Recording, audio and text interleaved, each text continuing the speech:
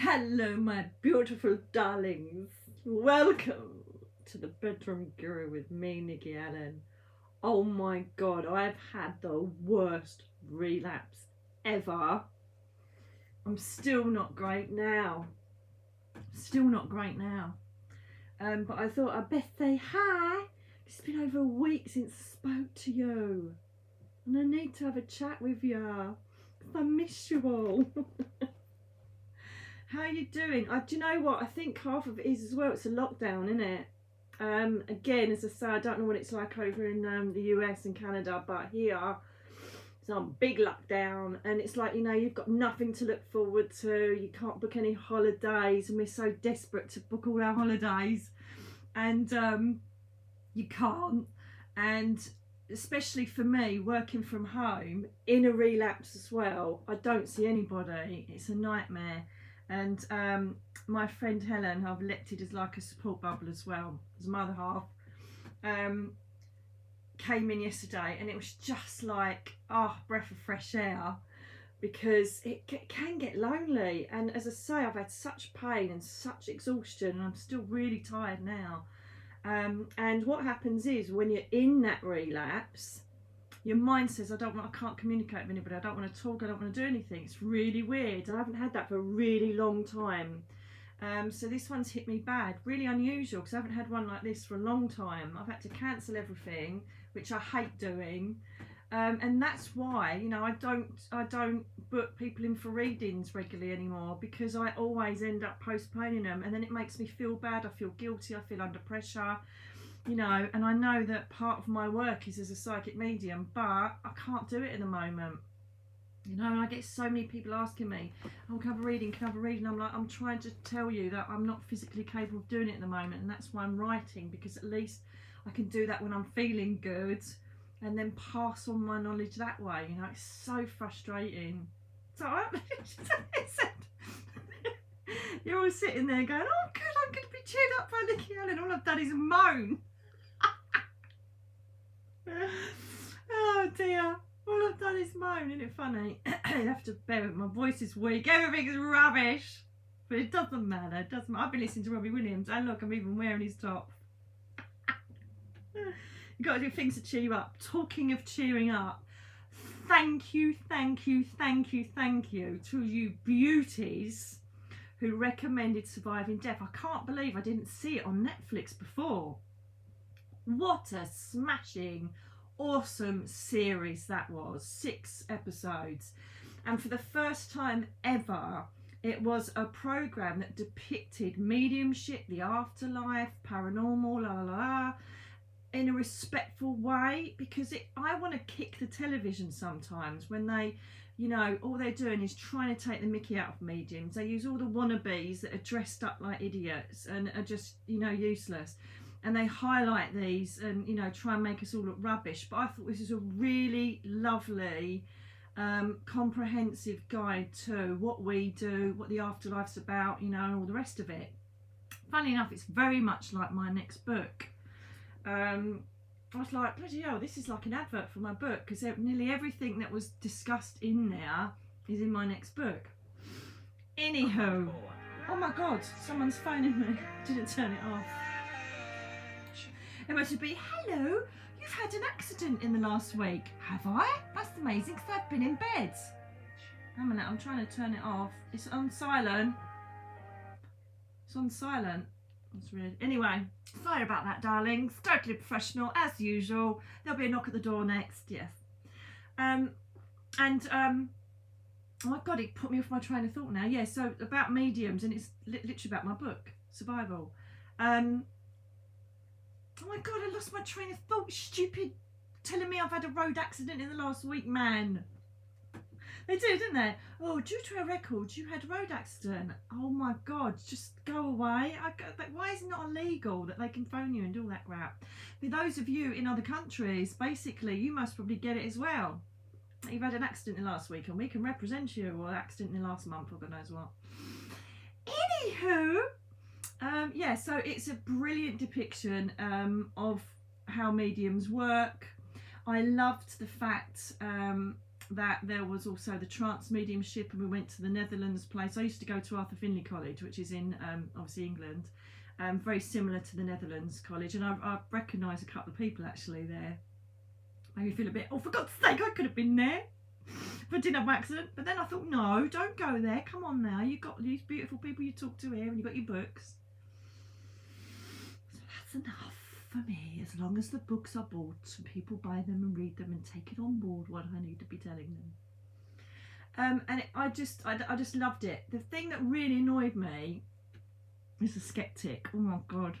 That man, you know, the man, God bless him. I know, first of all, I thought, yeah, you've got a healthy curiosity for mediums. Sorry, there's a few spoilers on this if you haven't watched it.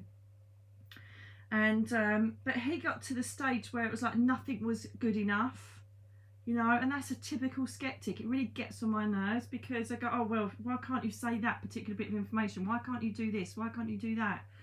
And it's like, well, it doesn't work like that. You know, people think that when we talk to spirit people, it's like sitting here talking with another human being. It isn't. They've got to come through all this ether. They've got to come through all the emotional frequencies, human frequencies, to get to us, right? They're a spirit person, and they're already losing, you know, they hold certain elements of their human life, especially the love connection to you, but they, you know, they lose a lot of the relevance of identity. You know, for instance, names, they lose reference to that. They're a spirit person. That's, do you know, notice I've started itching my head again. I said this last time, as crown chakra's open up, isn't it?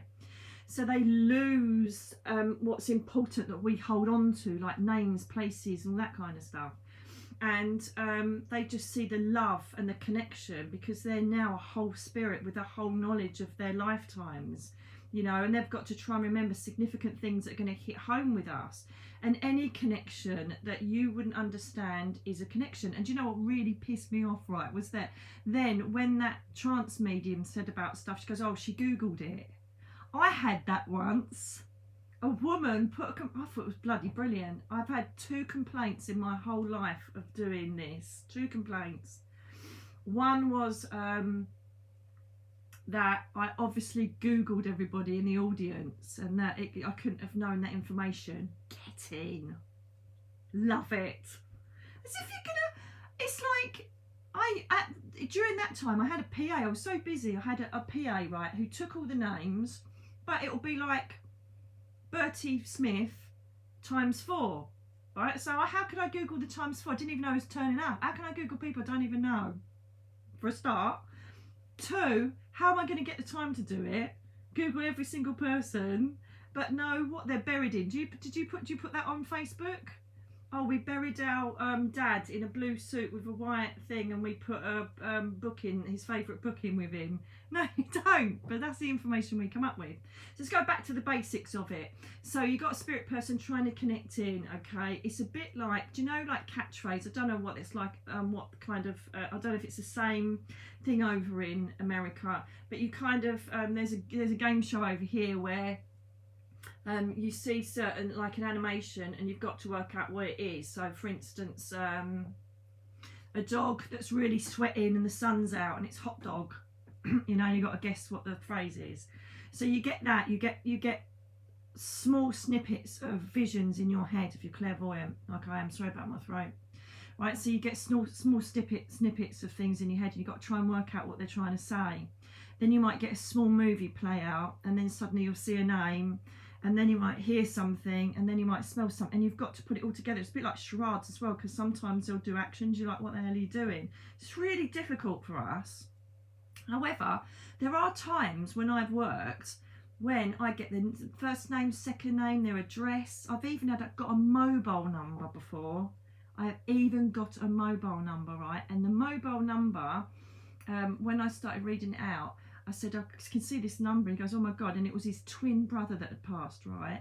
And then I said, he phoned you on your birthday, and he'd been buried with his mobile phone, right? And I said, he phoned you on your birthday. He went, oh my God. And as that happened, there was a yes, and the whole audience went, woo! And he'd created direct speech, right? Independent direct speech. And what he'd done is he'd used my energy to create sound in the ether, right? And everybody heard it in the audience. Oh my God, it was magical. It was bloody brilliant. And yeah, and he'd literally got a phone call from his brother, who's beyond the grave, if you want, beyond whatever, and he picked up and it was just white noise. How cool is that? Oh, I've got hundreds of those sort of stories, which are going to be in the next book. So yeah, so I like the depiction of what it did, you know, and it's like the near-death experiences. I found that really interesting. I haven't had one. I don't really know anybody that's had one, but I remember my dad saying to me through a medium, and also he told me, but then he backed it up through a medium, and said that when he would just had the road accident he had a choice whether to come back completely in a vegetative state, kind of like, you know, paralysed, or go up. That's interesting. I need to find out more about that when I go up there. And I thought, God, he had a choice then. So it was like, come back to us or go or stay paralysed. And he said, I'm so sorry. You know, he was such a fun, loving person. He's like, if I couldn't dance again, I couldn't stay down here. And so he decided to go up there, and he's obviously a strength up there because he's whole and pure and been able to, as you'll know from my book, me, myself and I, he was just there to tell me what was going to happen. And he's just been the strength, you know, throughout my whole time down here and through all of my trials. And the thing is that, you know, with that skeptic who wanted more and more and more and more, I can understand in his grieving that he wanted more and more and more, but nothing is ever going to please a skeptic, is it, at the end of the day? You know, you could have the person standing right in front of them going boo, right, and they'll just go, oh no, it's a holographic thing that someone set up. It's just not worth wasting your energy on these people, to be honest with you. At the end of the day, you know, I feel sorry for them because they have to keep, you know, trying to analyse everything, accept it as it is. I remember when Julianus, my guide, said to me once, when I said about how does it work, and how do they bring smells, how do they drop coins in front of me, and how do they bring feathers into my, you know, bathroom and whatever. And he said, when you turn that box on, he meant with the pictures, he meant the television. I went, yeah. He goes, do you analyse how and why you see the photos, how you see the images, and how they come across, and how you can hear them and see what goes on in that box? I went, no. He goes, exactly. Trust that it works and just embrace what's being shown to you. And that's a really good way of putting it. You know, we don't analyse how I'm talking to you now on this, and how it records me and sends it across to you, and how you get a notification to say it's on. And if you don't get a notification, why not press that bell sign? Right, and so it's true. You don't analyse it, you just accept it works. And, you know, all this new technology that comes, you accept it, and, you know, you carry on accepting it. You don't analyse how, why, prove to me how it works. You just accept it, and that's how the spirit world works. At the end of the day, I'd rather be someone, you know, some things I don't believe are spiritual, other things I think, wow, that was really good, that was totally, you know, paranormal. But it's just the sense of that you're not alone, you know, which was the message I tried to bring out in Me, Myself and I. It's like, you're not alone. You do get people that have got your back up there, and you have got people, no matter what you're going through, whether it's, you know, happy times, sad times, they're there to celebrate, they're there to pull you up and get you back on your next step. As we, you know, I said recently, you know, you fall down 100 times, what you've got to remember is you got up 101. And so, you know, they're there to help us. They don't, you know, control us, or so we can't have bad experiences, because we're here for human experience. They're there for us to just guide us, nudge us, and let us know that we're not alone. And that's enough for me. So I feel sorry for the people that have to keep pushing and pushing, you know, oh yeah, but this medium didn't say this. And you know, even in one scene, another spoiler, he goes, oh, you know, if a medium just said, you know, that my mum and dad were divorced before he passed, and then he walks in and he goes, oh, I feel that your mum and dad were divorced, but they were still friends. And he got what he wanted, but it still wasn't enough. It's never enough for skeptic people. But I find that quite exhausting. I adored the signs as well, from Signs from the Dead it was called, and that cardinal, oh my god, it was just mind blowing. It didn't even want to leave her, did it? And it flew back straight on her arm. I don't want to say too much because I'm going to tell you all of it. The butler did it. But I found it incredible, and the mind-blowingness of the reincarnation, wow, that was just off the scale. And, you know, I think that should be really, really revered and looked at a lot more. You know, that young boy that was the young boy that got killed, you know, and he kept saying, you know, my family and this, and I got killed when I was a young baby, and blah, blah, blah, blah, blah. and he should have met that family straight away, I feel, to get closure, and they should have as well.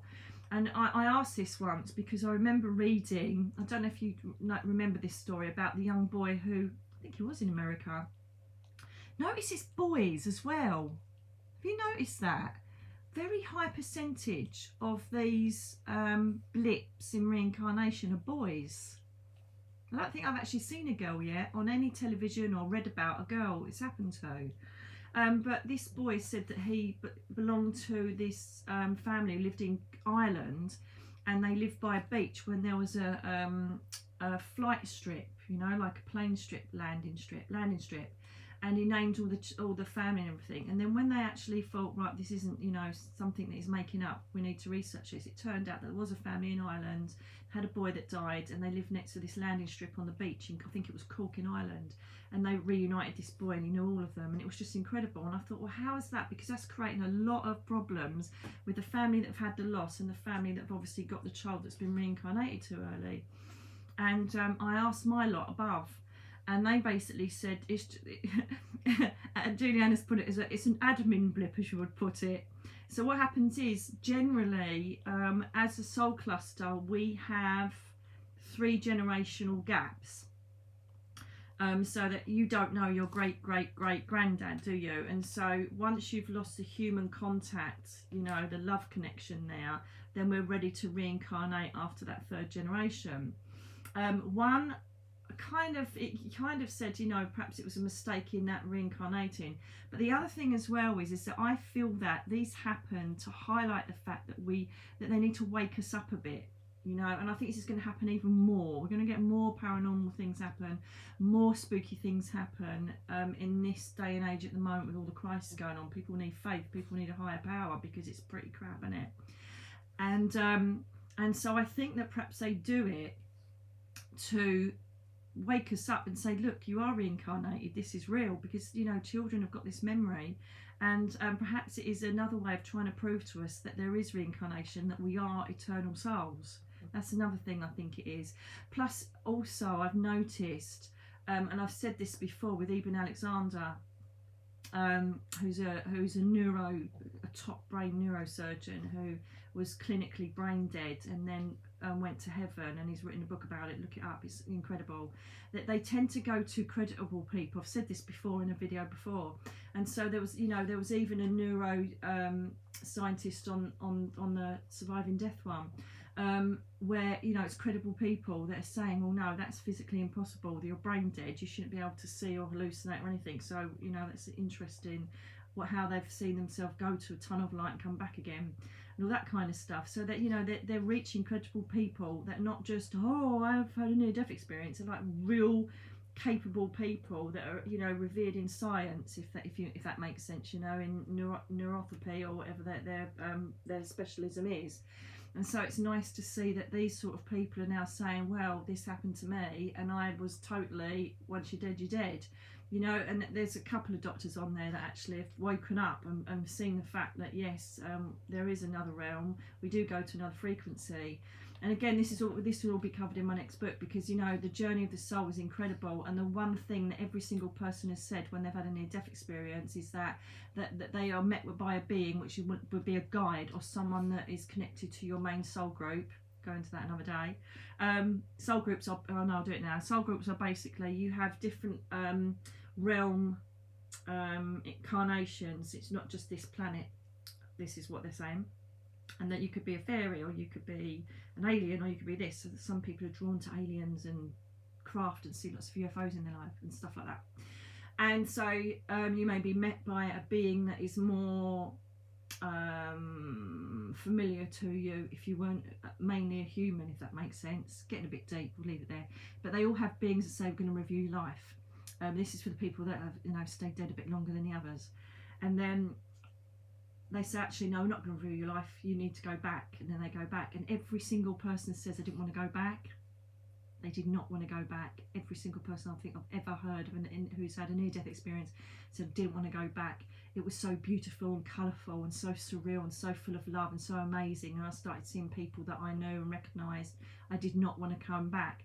So their soul knew they were going home, and then someone's going, no, your name's not on the list, you got to go back. And it's like, I don't want it. Nobody wanted to go back. And they all say the same thing. Every single near-death experience person you will speak to all say the same thing, is that they go up and they don't want to come back, and then they have a being meet them. So you're never alone, whether it's down here or up there. You're never alone. You're never lost. You're never cold. You know, I think I've said this before, when I was a police officer, when I dealt with a boy that had been murdered. And they were really, it was back in the day, now they wouldn't do it now, but back in the day, in the 80s, early 90s, I suppose they just let people come in. But this woman was knitting a jumper by the morgue, and she goes, it's going to be cold, my son's going to be cold, I need to knit him a jumper. And she stayed there until she knitted the jumper, because she just saw this cold, desolate body on its own in this morgue and lost. And you know, it's no, they are up, they're with their family, they're with Azrael's taken them up with their family, you know, they're met by family members after they wake up, they're healed, and it's just a beautiful transition to a beautiful place. And I ended up kind of sharing that with a lot of the victims' families that I dealt with, whether it's professional or not, I don't really care, because it gave them a bit of hope, a bit of comfort to know that their children, loved ones weren't lost. And I didn't like lay it right out and say what I did. I just used to say, look, how about, why don't you picture this? This will be nicer, won't it? And thinking he's cold and alone in the morgue. They'd be like, yeah, I'm going to choose to do that, that's it. And really all I was doing was telling them exactly where the soul was and what he was doing. But you know, they didn't know that. It was just me saying, let's imagine something different.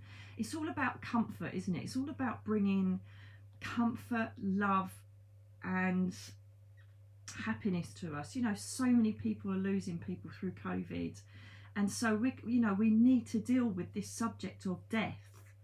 You know, we need, and people like shy away from it. As I said to you before, after my dad died, you know, people would cross the road because they couldn't deal with saying, sorry, your dad's dead. Do you know what I mean? Sorry, your husband's dead, when I was with my mum. And it's like, it really did intrigue me why people have got such a fear of dealing with death and dealing with people that have just been told someone's died. That was my strength, and I missed that the most. From my police work, is dealing with people in their rawest pain, because I know I'm a strength to them. I know exactly how to act and deal with it, and I'm really proud of myself that I could do that.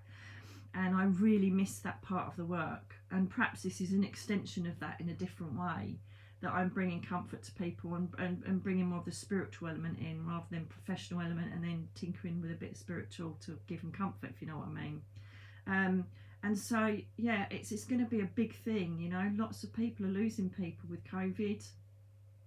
And so we need to start dealing with it. You know, where do we go? What happens after? And it doesn't matter if